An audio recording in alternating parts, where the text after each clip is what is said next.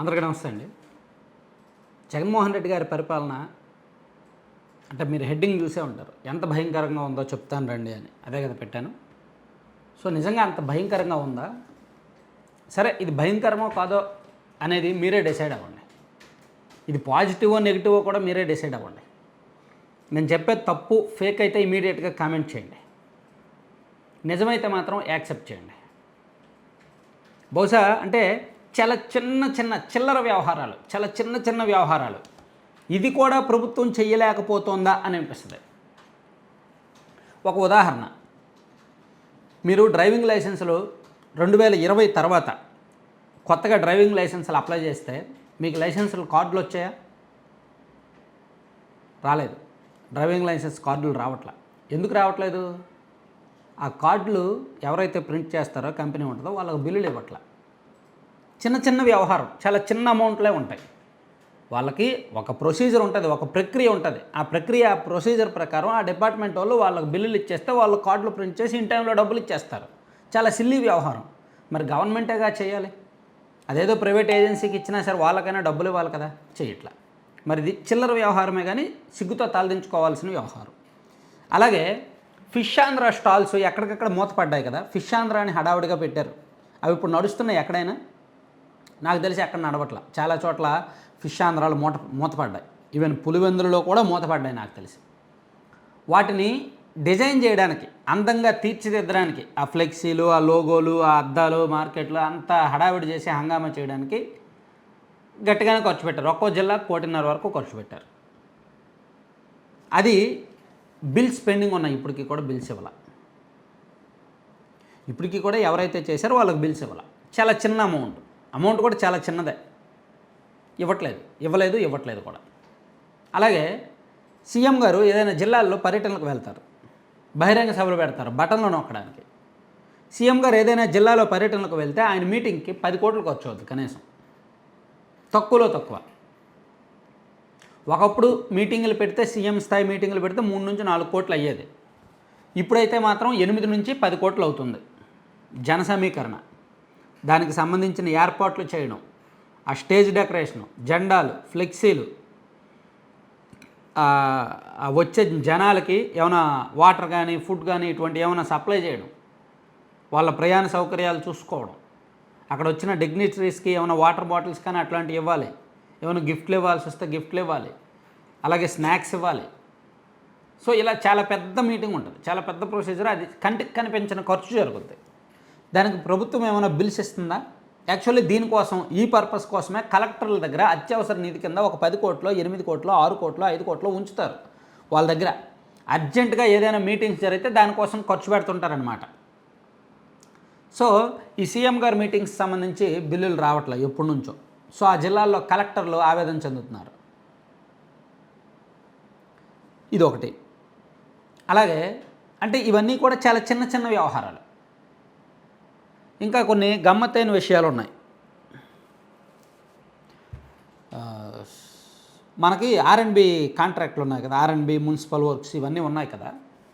సాధారణంగా ఏదైనా పని ప్రభుత్వం శాంక్షన్ చేస్తే, మంజూరు చేస్తే, అప్రూవల్ ఇస్తే, దానికి టెండర్కి పిలిస్తే ఒక్కో పనికి కనీసం 10 మంది టెండర్ వేస్తారు. ఒక 5 కోట్లో 10 కోట్ల పనికి కనీసం 10 మంది టెండర్ వేస్తారు. పోటాపోటీగా వేస్తారు. ఒకళ్ళు 3% లెస్కేస్తారు, ఒకళ్ళు 15% లెస్కేస్తారు, ఒకరు 12% లెస్కేస్తారు. ఆ టెండర్లో బిడ్ ఓపెన్ చేసినప్పుడు అధికారులు దాన్ని చూసి ఇతను 14, ఎవరైతే ఎక్కువ లెస్కేసారో వాళ్ళని పిలిపించి, ఏంటి నువ్వు ఈ పనికి 14% లెస్కేసావు, ఎందుకు వేసావు, ఎలా చేయగలవు అనేది అడిగి అతని దగ్గర తీసుకొని గైడ్లైన్స్ అవన్నీ తీసుకొని కరెక్ట్గా ఉంది, ప్రక్రియ అంతా బాగానే ఉంది, ఇతనికి పూర్తిగా తెలుసు, నిజంగా చేయగలడు అని నమ్మితే అతనికి వర్క్ ఇస్తారు. సో టెండర్లో అంత పోటీ ఉంటుంది. కానీ మీకు ఒక విషయం తెలుసా? మున్సిపల్ డిపార్ట్మెంట్లో 1800 కోట్ల విలువైన పనులకు 2.5 సంవత్సరాలుగా టెండర్లు పిలుస్తున్నా ఎవరు టెండర్లు వేయట్లా మున్సిపల్ డిపార్ట్మెంట్లో.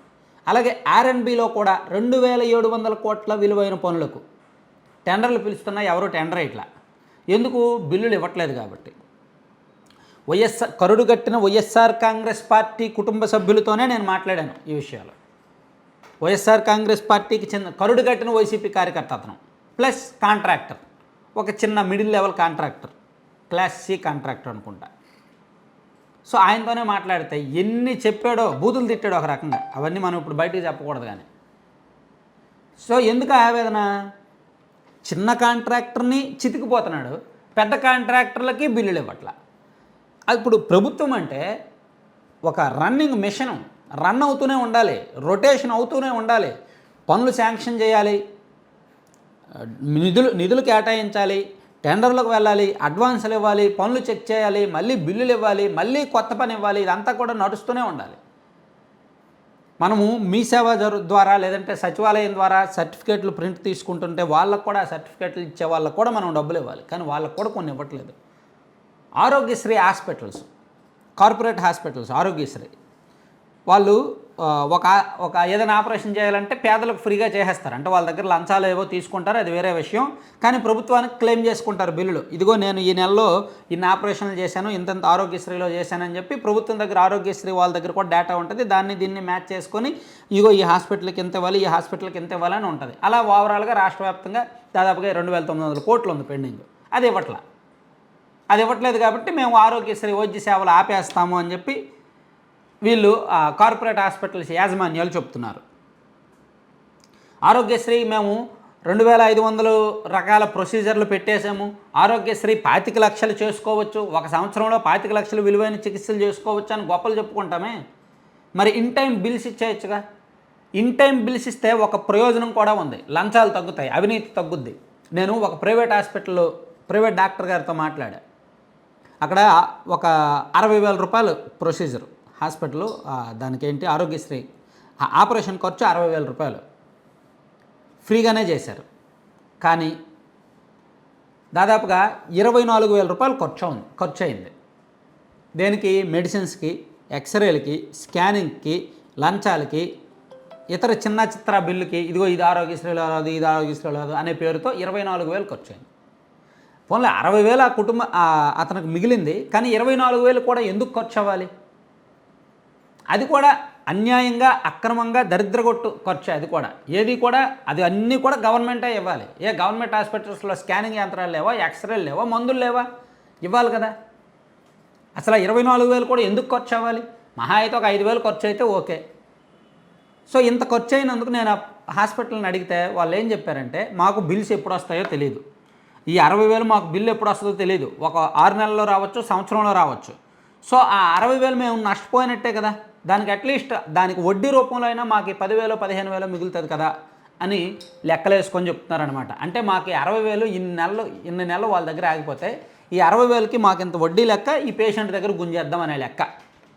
అందుకే ఆరోగ్యశ్రీలో మినిమం ఒక 30 to 40% లంచాల రూపంలో లెక్కలేని డబ్బుల్లో కొట్టేస్తున్నారు.